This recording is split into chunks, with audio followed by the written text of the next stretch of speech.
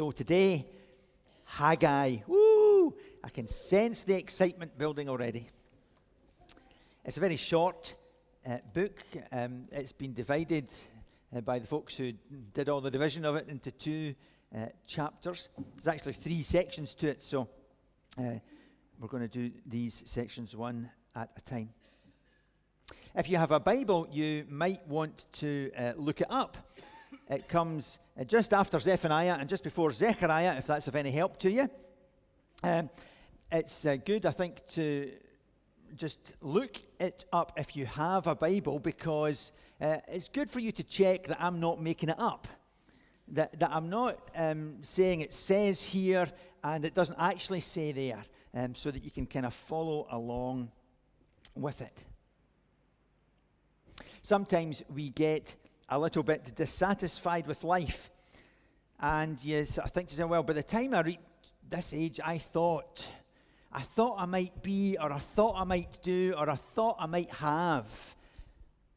And there's that kind of thing that, well, I haven't just quite done what I had hoped or thought I might do. That surely it would have been better if I had just.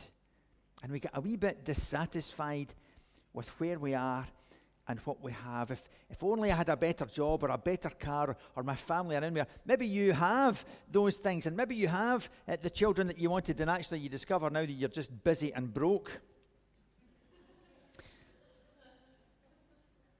But there's that kind of thing, if, just that sort of sense of dissatisfaction. I know some folk, I have a relative who went to try religion. You know, and there are people who do that. I'm going to try religion and see if that helps this longing, this thing that's in me. We try to do the religious thing and life doesn't really change that much, and we still wake up and think, I really thought by this point there would be something else. And that's kind of where the folks in Haggai's day were. It all started before him with King Solomon. King Solomon was called by God to build a temple.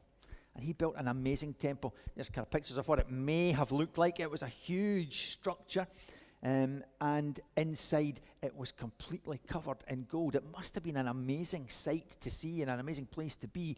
And that was the temple where we read just a few weeks ago, in fact, that God's glory filled the temple. And so you knew when you went there was something about it because God was there. And you could sense his presence. Solomon was one of those people who got a bit distracted by things. In his case, mainly women. He had so many wives and concubines and folk around him that his attention, physically, I suspect, as well as spiritually, was taken away from where it should be. And even during his day, they began to worship idols. They began to make idols, images of gold and stone, and they began to worship idols. And then after he died, it only got worse.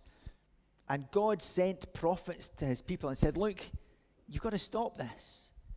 There are consequences for you if you don't do what I'm telling you to do. And eventually, God allowed them to be taken captive to Babylon. And he did that partly because he had said, look, if you do things that you're not meant to do, then there's a punishment, there's a judgment that comes for that. But also, his hope was that in being taken captive, they would remember him. And there's, throughout the Old Testament, there's this cycle of they are obedient, they follow God, they do what God says, and then they turn away from God and they forget him, and then something happens to them to make them cry out to him. So you get that kind of pattern being built up in the lives of God's people, Israel. And here they are. They've been taken into captivity in Babylon. The temple is destroyed, and they are in slavery for about 70 years. And then in 538 BC or thereabouts, some of them were allowed back. they were told to go back to Jerusalem and to rebuild in Jerusalem. And that was because King Cyrus overthrew the Babylonian Empire. And one of the ways that he dealt with people and tried to make them like him a wee bit more was he allowed folks who had been taken captive and prisoner by other empires that he beat to go back to the land that they had come from, in the hope that they would then be favorably disposed to him and he would have less trouble in his own empire. So he allowed some of these folks to go back to Jerusalem. Many of them who went back would never have been there before. They would have had no idea. They would have heard the stories of Jerusalem and what it might be like. But of course, they're going back to a city that had been destroyed and a temple that had been destroyed. So they got there and they started work. And they began to rebuild, and they rebuilt the altar, and they began work on the temple. And then the folks who were living in that area at that time and had maybe come there during their 70 years away, they began to harass them. Because they're quite happy having people living there, because that means there's trade, there's business, there's money to be made. But they did not want the walls of a fortified city to be rebuilt, because that's a threat. And they didn't want the temple to be rebuilt, because that brings people back to worship that God who's not their God. And so they didn't want that. And so they began to harass the people who were doing the work. These, the stories of that rebuilding and the work around that whole time, you can also find in another two books in the Old Testament, in Ezra and Nehemiah. And they tell a bit more detail of the story than Haggai has. So if you're interested in reading that, it's there, Ezra and Nehemiah. But they stopped building the temple and they began to concentrate on their own homes. They did nothing to the temple for 14 years due to fear and probably a bit of apathy. They had their own house. They didn't have any trouble from the locals and everything was fine. The temple was something that they would get around to. If you have children, you'll understand when I say you'll never guess what your child has done. It's no longer our child. You know that they've done something they shouldn't have done. Your child, your son. It's like, all right, okay, what's he done now? And you know, you may have been there. I know I have. Your child. Do you know that's what it's like when God says at the beginning of this letter, these people. Throughout God's word, he calls them beloved. He calls them his sheep. He says, I'll be with you. I'll never leave you. I'll never forsake you. He calls them my people. He says to Moses, I have heard the cries of my people in Egypt. They're my people all the way through. They're my people until right here and right now. And what does he say? Tell these people. Why? Because he was angry with them. Because they had not done what they were supposed to do. God being angry is not really something we like to talk about very much nowadays. We like to think of God as being kind and compassionate and caring and loving. But God gets angry. And we need maybe to take that a wee bit more seriously. That's a thing for another day. But he was angry with them. They had decided not to build the temple because they had faced some opposition. The thing is, whenever we are doing something to bring honor to God, we will face opposition. That's what happens. As soon as you give your life to God, the devil gets in there to try and stop you, because the last thing he wants is somebody saying, I'm going to follow God and I'm going to do what God says. Because that person is going to go on with God and build God's kingdom, and the devil is opposed to that. When something happens and we give ourselves to God, we will face opposition. However, with God's help, it is possible that we are able to choose the hard right over the easy wrong. We need to learn to choose the hard right over the easy wrong. The thing that we know to be right, although it's difficult, we need to actually decide that's what we're going to do. For example, it's really easy to hold a grudge against somebody who's hurt you. However, it's often hard to forgive them. But it's right to forgive them. It's hard but right to be extravagantly generous. Just for a moment, I want you to think, is there something in your life that you think is unfinished? They went to this city to build the temple, and they started, but they never finished. Is there something in your life that is unfinished? An unfinished assignment. It could have been recent, or it could be from years and years ago, but it's something that you feel God put on your heart. Maybe you were to share your faith with a friend, or to volunteer for something in church, to give something to somebody, to start journaling or write a book, to help with young church. Whatever it is, you feel it was from God, and it's never really gone away, but you've never finished it. Well, I think today God is saying, now is the time. That was his word to the people then, and I think it's his word to us now. Verses 3 to 5 in Haggai. The word of the Lord came through the prophet Haggai. It's time for you yourselves to be living in your panelled houses while this house remains a ruin. Now this is what the Lord Almighty says. Give careful thought to your ways. Panelled houses were very upmarket. They were the best that you could have. And that's what they had spent their time and their money on, making panelled houses for themselves. It was high-end living. And God says that they're to think about what they have done. They've got the best for themselves and have ignored God. They've got it the wrong way around. It's not that God doesn't want us to have a nice house or to have money or to have nice things. That's not what is being said here, nor is it true. It's okay for us to have nice things, but God doesn't want nice things to have us. It's our attitude to these things that is important. It's about getting our priorities right. So are you putting something ahead of his calling?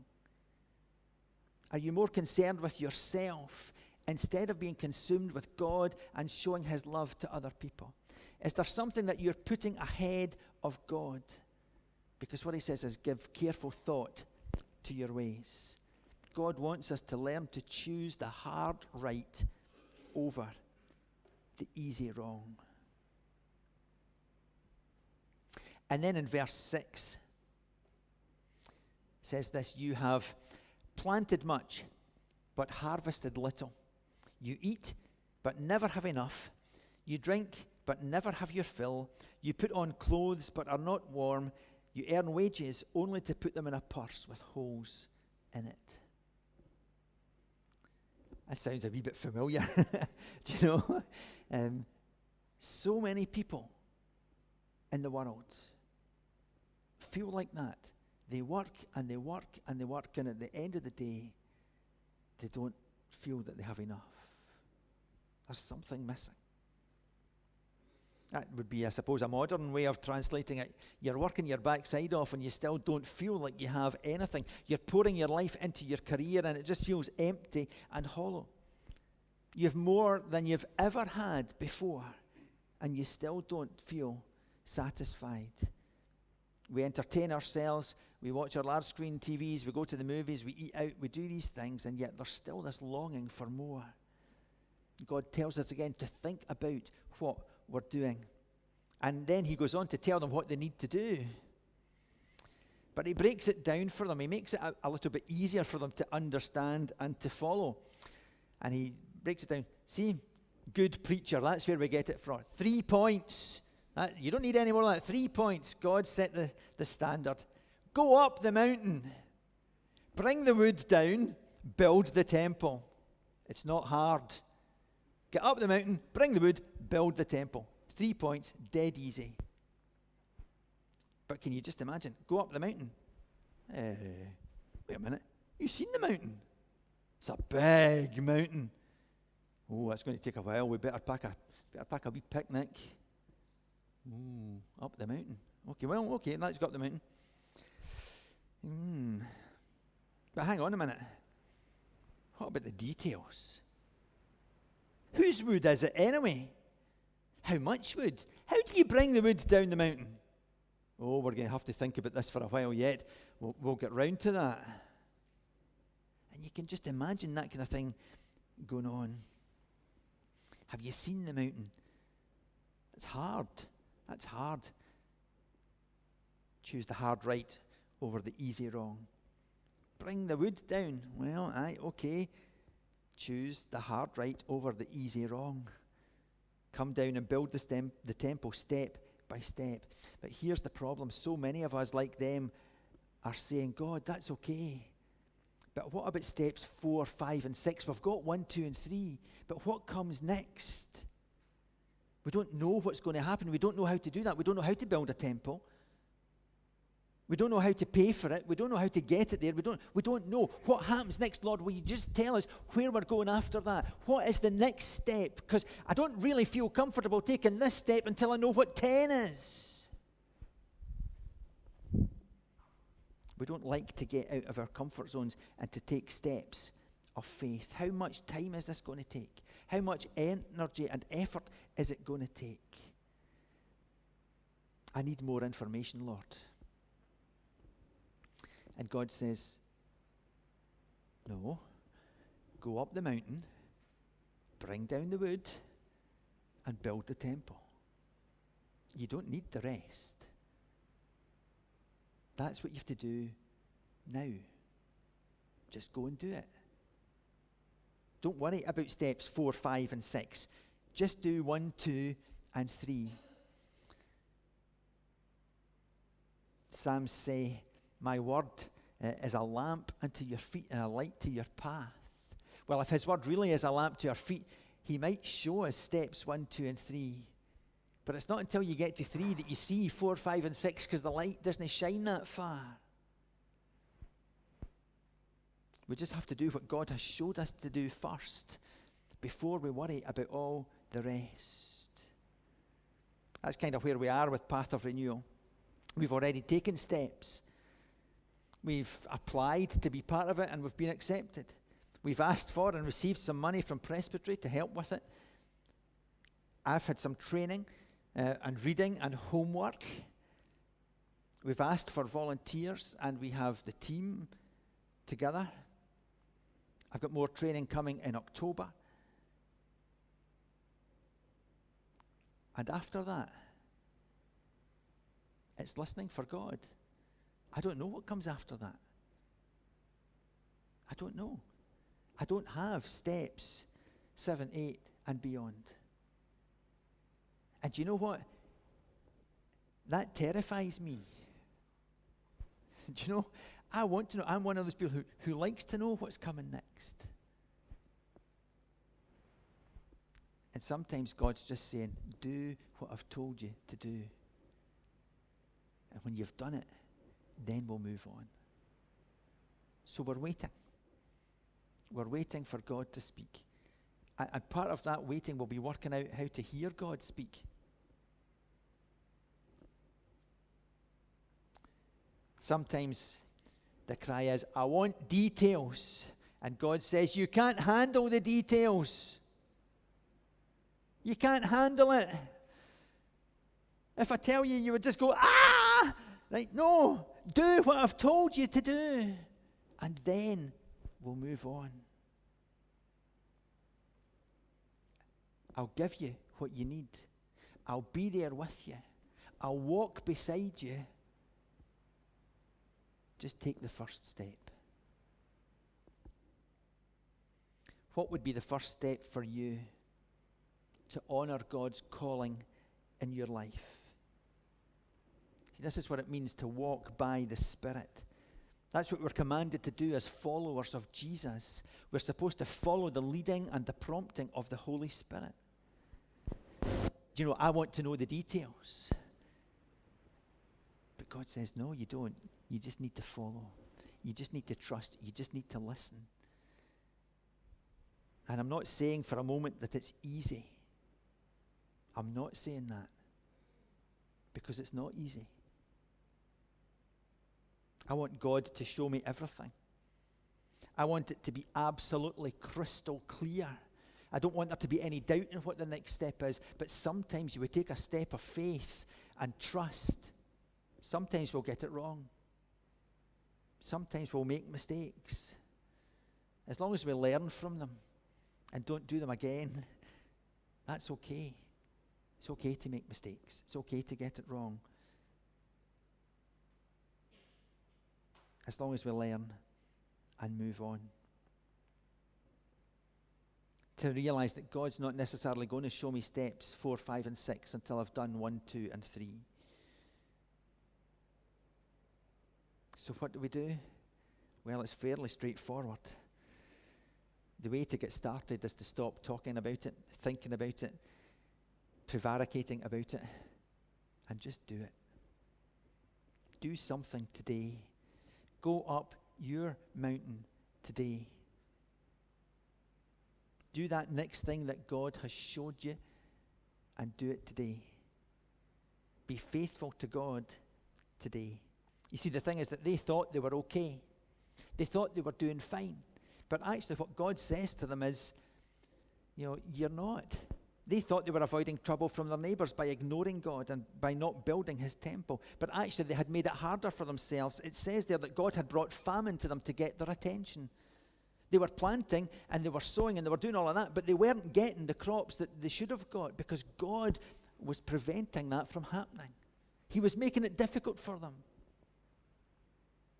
Life was harder because they ignored God. Do you know, if your life is difficult right now, would you at some time take time to ask God if it's because you're ignoring him? It may not be. But if it is, then you know what to do. Say you're sorry, accept his forgiveness, and get on with what he asked in the first place. The last verse of our reading shows us something of the compassion of God for his people. Because those who started off as these people, the ones he was angry with, the ones who had been disobedient, he ends up assuring them of his presence. He ends up saying, I'll be with you. And we can be sure that if we are being obedient to the call of God in our lives, no matter how difficult that is, he is with us. And that gives us hope and strength to follow. Amen.